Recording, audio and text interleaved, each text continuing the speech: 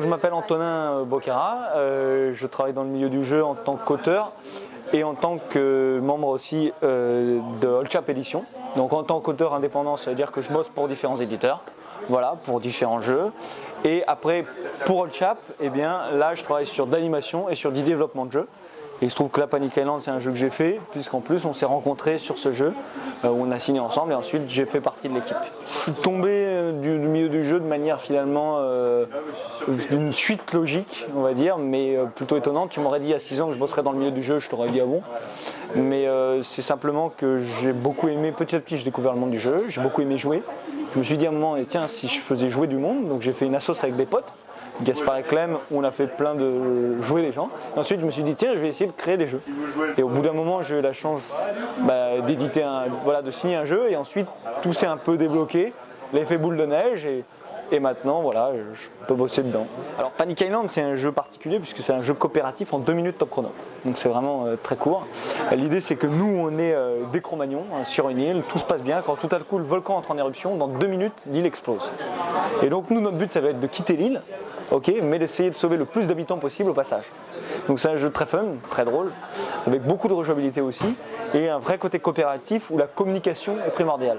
Moi je dis toujours, c'est rapidité, mémoire et communication. Tu as un mode de jeu quand tu fais ta première partie, tout simple, enfin déjà pas si simple. Une fois que tu as pas mal de joué au jeu, tu as plein d'autres modes, plein d'autres mondes que j'appelle, où il y a plein d'autres pièges différents et des configurations d'îles qui te permettent de t'amuser, de tester d'autres choses et de mettre des difficultés plus grandes. Et il faut savoir que dans chaque monde, quand tu fais 8 points ou plus, tu marques une étoile, 12 2 étoiles, 16 3 étoiles. À quoi ça sert ces étoiles, ces petites croix que tu vas mettre dans ton carnet de règles? C'est quand on a 10 en tout, à l'intérieur de ta boîte, tu as un petit paquet avec marqué interdit d'ouvrir, do not open. Tu n'as pas le droit de l'ouvrir, tant que tu n'as pas fait 10 étoiles. Dès que tu as fait 10, tu peux l'ouvrir, et là tu ouvres encore à d'autres niveaux qui sont encore plus compliqués, mais là que je n'explique pas. Donc un petit côté un peu comme dans un jeu vidéo où tu ouvres un monde. Voilà.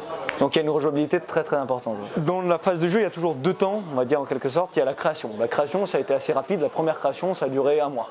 Donc, très rapide, d'habitude c'est plus long. Mais il se trouve comme c'est un jeu tout seul, je pouvais y jouer plein de fois tout seul pour tester. Ensuite, la phase de développement, une fois que j'avais signé le jeu avec Holchap, a duré 2 ans. Parce que là on entre dans l'équilibrage vraiment petit à petit. Et comme je suis rentré dans l'équipe même, toute la phase développement non seulement mécanique, mais même les règles, y compris le matériel, etc. etc. Donc 2 ans pour 2 minutes. C'était pas compliqué, c'était je pense plutôt simple dans les relations. Par contre, là où si on veut c'est compliqué en quelque sorte, c'est que ça te demande de l'équilibrage, ça te demande de la réflexion, mais la relation avec Holchap s'est super bien passée, c'est pour ça qu'à un moment on s'est dit bon on bosse ensemble même. Mais sur ce jeu-là, comme c'est 2 minutes, ça demande beaucoup de précision, puisque 2 minutes c'est très intense, donc pas trop facile, pas trop dur, ça doit être assez facilement compréhensible, tu vois, c'est un jeu quand même très familial. Hein.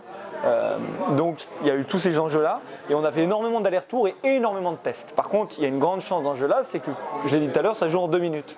Donc je peux facilement dire que j'ai fait des centaines et des centaines de parties et c'est pas du tout du mensonge et c'est très facile. Et donc on a pu voir sur plein de publics, tester tous les trucs pour être vraiment certain et arriver avec un produit à la fin, je n'aime pas parler de produit, arriver à un jeu à la fin où on est très content. Le graphisme, c'est pas moi qui m'en suis le plus occupé, même si bien sûr j'ai fait beaucoup d'allers-retours, moi plus sur la conception de la jouabilité. C'est-à-dire que moi, je pense toujours à comment ça va jouer, c'est bien que ça soit beau, c'est bien que ça soit. Mais d'abord, qu'est-ce qui se passe quand on joue? C'est ça ma priorité, un peu terre à terre. Pour la direction artistique, c'est Paul Adrien, Tournier, qui bosse dans la boîte, qui s'en est plus aussi occupé, où il a découvert cet illustrateur qui s'appelle Michel Verdu. On lui a envoyé, on lui a demandé de faire des tests, on a beaucoup aimé ce qu'il a fait et ensuite ça a été beaucoup d'allers-retours sur, comme je te dis, 2 choses, bien sûr l'esthétique, l'univers, parce qu'on avait un univers bien précis, qu'on voulait que ça soit drôle, tu vois, et assez beau aussi en même temps, mais la jouabilité. Et donc c'était ces deux choses à bien avoir toujours en tête et qu'il fallait bien équilibrer. Moi j'ai été très marqué par un jeu qui s'appelle Escape, qui est un excellent jeu. Il manque juste de rejouabilité, c'est ça qui est dommage, mais sinon excellent, qui joue avec bande son. Première fois que j'ai joué, j'ai dit c'est incroyable, tout à coup de proposer un autre univers. Et donc une bande son qui est un truc qu'on voit pas trop dans les jeux d'habitude. Et ça j'ai dit bon un jour peut-être j'aimerais bien, ça m'a beaucoup inspiré. Et pour ce jeu-là, donc tu as soit un sablier, soit une bande son.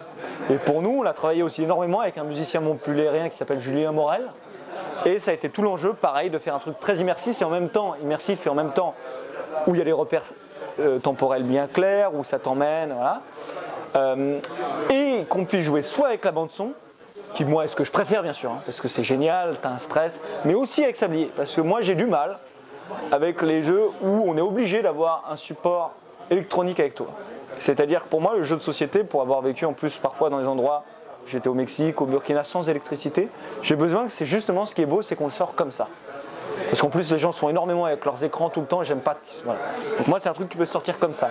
Donc nous il y a une bande son, elle est téléchargeable en plus, hein. T'es pas obligé d'aller sur une appli, mais t'es pas obligé non plus. Tu as aussi le Sablier, ce qui pour nous était important, qui est les deux. Certes je préfère la bande son, mais tu peux jouer aussi avec le Sablier. Voilà. Mes jeux ne durent jamais plus d'une demi-heure. Voilà. Donc il y a ce point commun là, tout simplement parce que j'arrive à faire jouer, mon but c'est de faire jouer mes potes, ma famille, et j'arrive pas à les faire jouer à des jeux plus longs, en général. Et donc au bout d'un moment je me suis dit j'ai envie de faire un truc que je peux jouer avec des potes, donc il y a eu cette contrainte là, qui n'en est pas forcément une d'ailleurs, mais voilà, c'est le point commun de tous les jeux. Moi ce que j'adore dans le jeu c'est le rapport entre les gens, et donc par contre je fais pas que du jeu non plus, je suis un mi-temps en animation, en éducation populaire, dans les écoles et tout, et ça pour moi c'est très important aussi, d'être pas que dans le jeu. Parce que sinon, je pense que je saturerais un tout petit peu. Et voilà, l'animation, et je fais de la chanson aussi. Et ça, c'est des choses qui me permettent d'avoir un autre rapport. Un rapport très direct aussi, simple. Et sans, on va créer, on va machin. Et je fais de l'animation de théâtre dans les écoles. Et cet équilibre, pour moi, est très important. Et j'aime bien toujours le dire. Voilà. Chaque relation avec l'éditeur est très différente.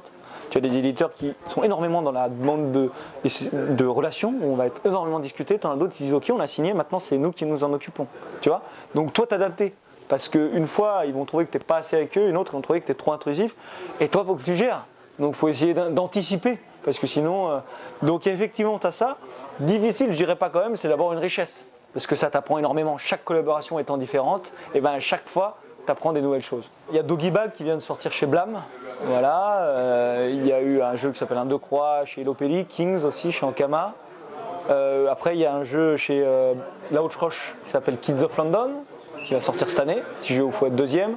Jeu chez Libellut qui s'appelle Jelly Squad. Et après j'ai des projets à venir avec d'autres éditeurs aussi, avec Allchap, on a d'autres jeux en préparation, Opération Mississippi, enfin, ça c'est un nom de code. Des jeux de développement avec Funforge, avec Element Games, enfin, voilà, il y a des choses qui sont en train de se mettre en place. Donc oui, il y a pas mal de projets qui vont voir le jour.